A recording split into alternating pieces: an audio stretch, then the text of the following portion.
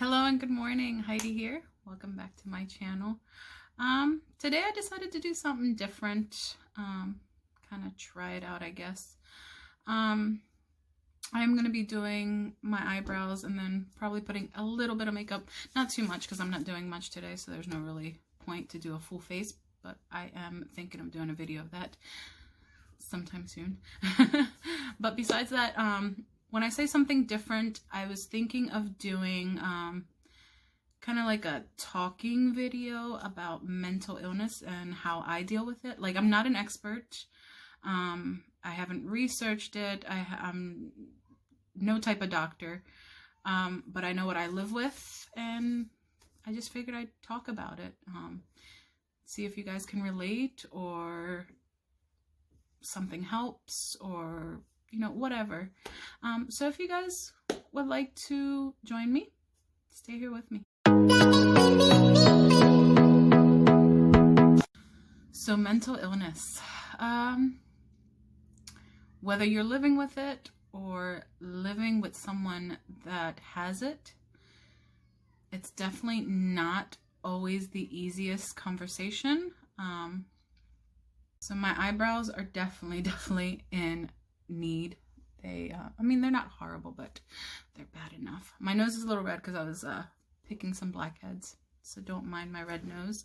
So mental illness is definitely the hardest thing to talk about. I mean, not for everybody.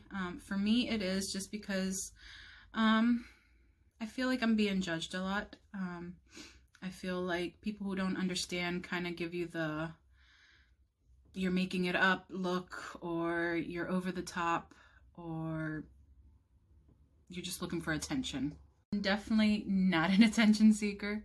I tend to keep to myself and focus more on, my family at home and the kids and whatever the kids need. Different. Definitely no two mental illnesses or depression or anxiety are alike. Everybody deals with it differently. Everybody carries it differently. I tend to go through like mood phases.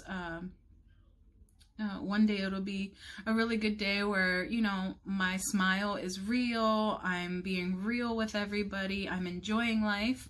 The next day it'll be where I'm slightly thinking too much into things I don't need to think about. So I kind of like put myself into this like a bubble where I really don't talk. I keep myself distant. And then there'll be my really bad days where I'll get these crazy anxieties where I can't even go out the door.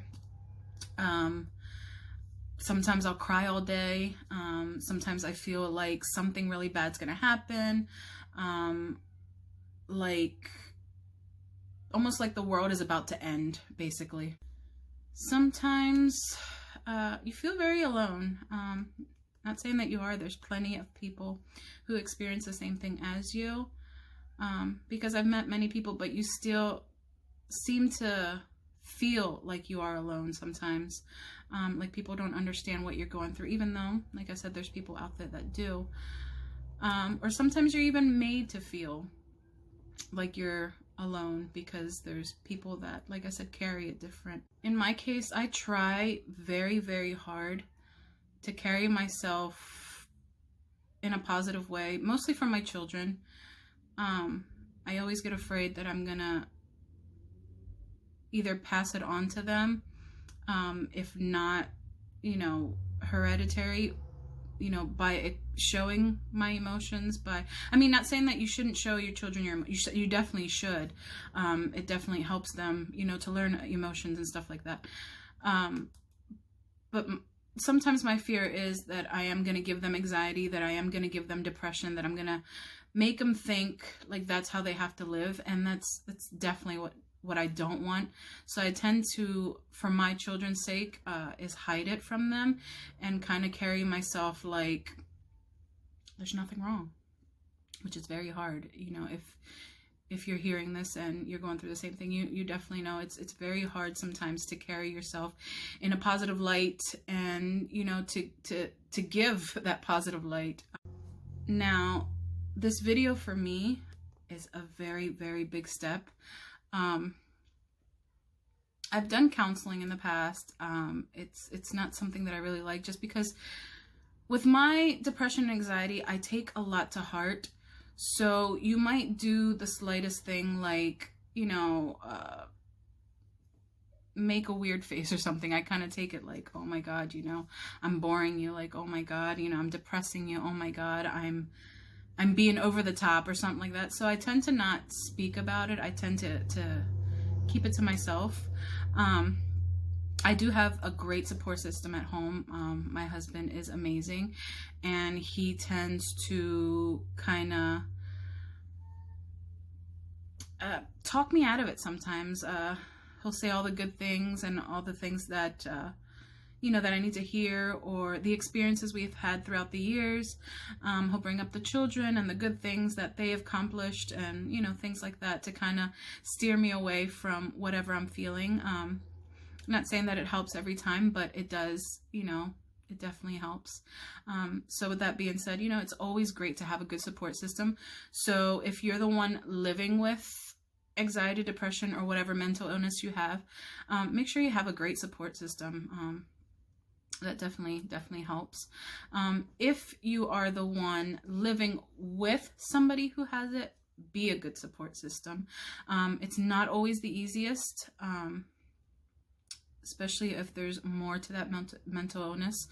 Like if there's anger with it, sometimes fear can bring on anger, because I know in my case, sometimes that happens. I get so fearful that I get so angry, and sometimes I lash out.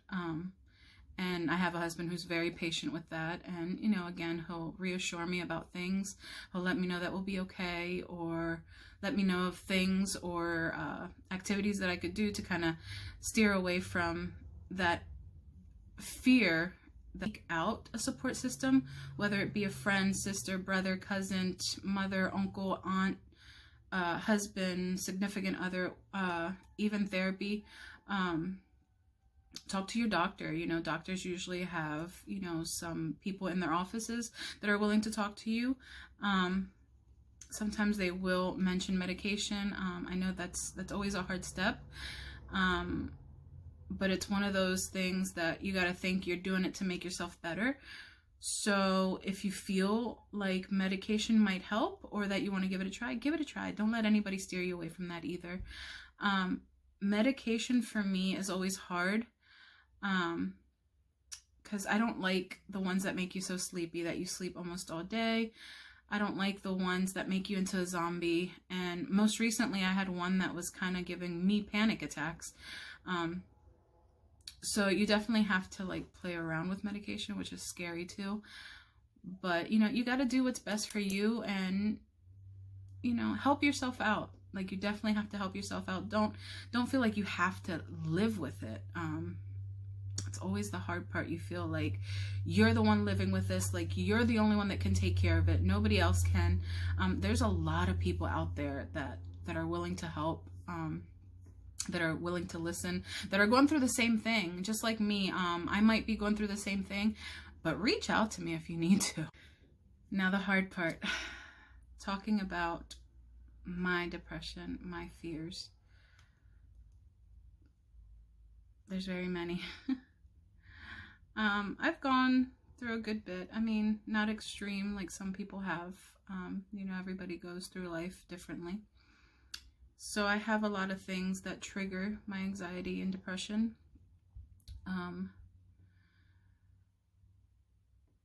My depression's really random, actually.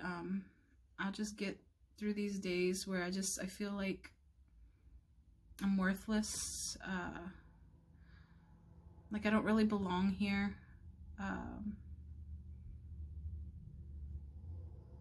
Like there's no need for me here. I mean, I have my children, and I definitely know they need me, and I need them as much as they need me. But sometimes you just get, you get these feelings where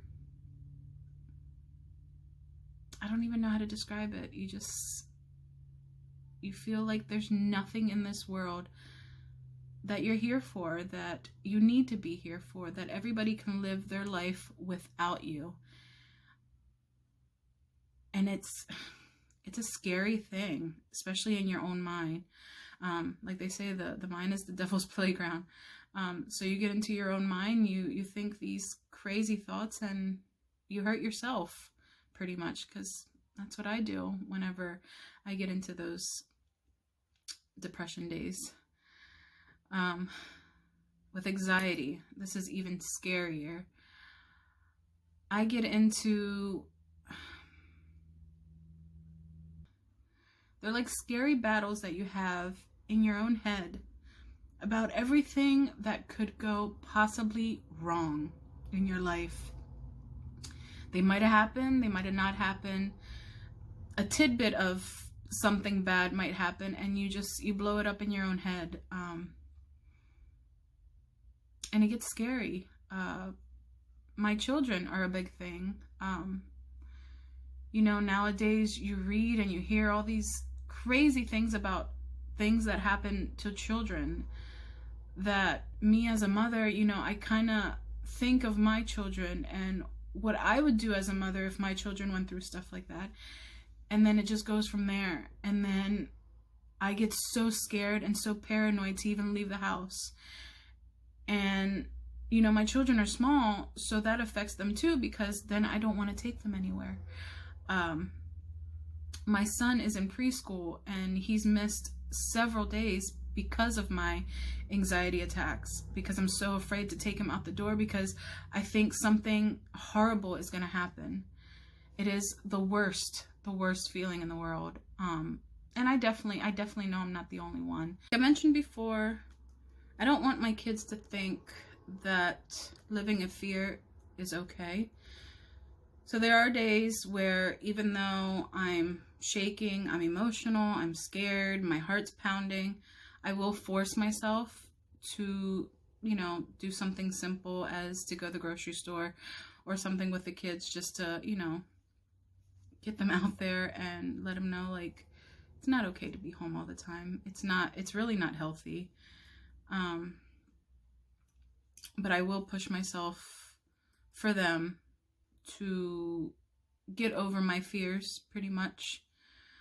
Let myself know that, you know, yes, it's a scary world, but it's not that scary. Now this, I don't know if this is normal, but it's funny because when I was in my 20s, maybe even earlier than that, like, I can't say I didn't have any fears. I've always lived with anxiety and depression, but not as bad as until I had kids. Like, before, I would go anywhere. I would go by myself. I thought I was this tough girl, whatever. And then I had children, and it's like protective mode, and everything's so scary, and nothing can go wrong. Nothing can hurt my children. I have to be perfect. And it's just, you know, I guess just being a mom. Is that normal? Is that a normal thing for moms? Definitely, guys, comment down below, and, you know, you definitely don't have to tell me your stories. You can if you want to. But comment down below, you know, and let me know if you guys can relate.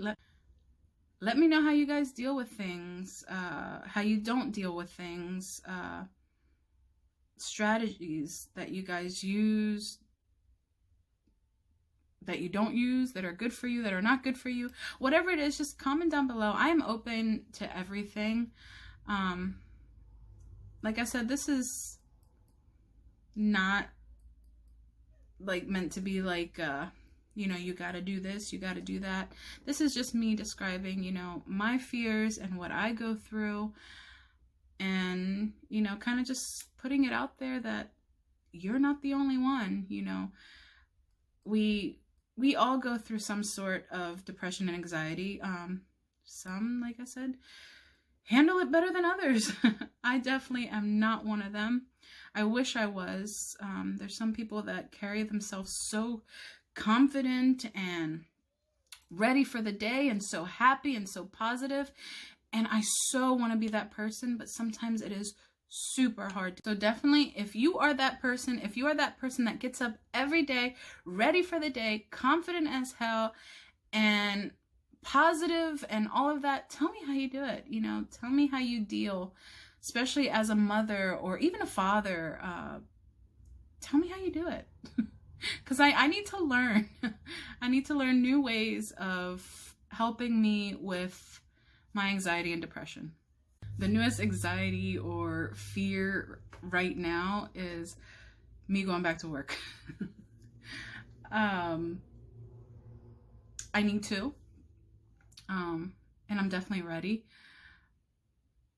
But it's been a while, so it's one of those where I guess I'm afraid of nothing really, but I'm just afraid. And then on top of that, my son will be starting kindergarten for the school year this year, and there's so many fears with that. Not that there needs to be, but it's all part of it. You know, you fear the unknown pretty much. Tell me about your experiences sending your child to school for the first time. I mean, it was hard enough sending him to preschool, but I feel like that's easier than kindergarten. I don't know why, but I'm not sure. Just let me know about your experiences and how you dealt with it. Even the bus, if your children at 5 years old went on the bus to school and from school, let me know how you handled that, how you dealt with that. I really would like to know, because sometimes I feel like I'm alone in that, because if I mention something to somebody, they're always like, oh, they'll be fine. They don't really explain like their experiences and how they handled that. Fear is a normal thing. Don't ever let anyone make you feel like just because you fear things more than others, like there's something wrong with you. It's normal. It's normal to fear. It's normal to, you know, be scared of the unknown, to fear for the future. It's all normal. Sometimes people tend to fear and feel it more than others. But it's normal. I think so. Sometimes I feel like I'm not normal, but I know it's definitely normal. It has to be. You know what I mean? Like, I've heard it so many times from different people. Like I've mentioned several times, people just handle it different. But I've definitely heard things that are similar to my fears, my thoughts, my understandings. I've heard it all before. It's just people tend to like kind of just, you know, kind of shrug it like, yeah, this is my fear and, you know, it is what it is. And, you know, then you have people like me that they'll say like, this is my fear and I just don't know what to do and how to handle it at that moment. You know, eventually sometimes it'll either go away or I just handle it, or something happens related to that was no big deal and it kind of just disappears. Now for us, living in a world, I guess, on eggshells, or like it's gonna just entirely collapse under our feet, is something we deal with.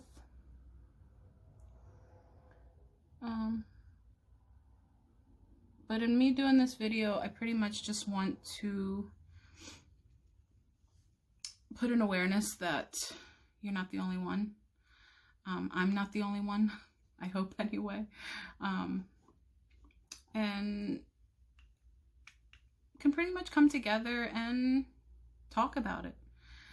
Put it out there. I mean, it's always the hardest step. But I just want to, you know, kind of make people aware of it. You know, people like us, we feel deeply. We take things to heart.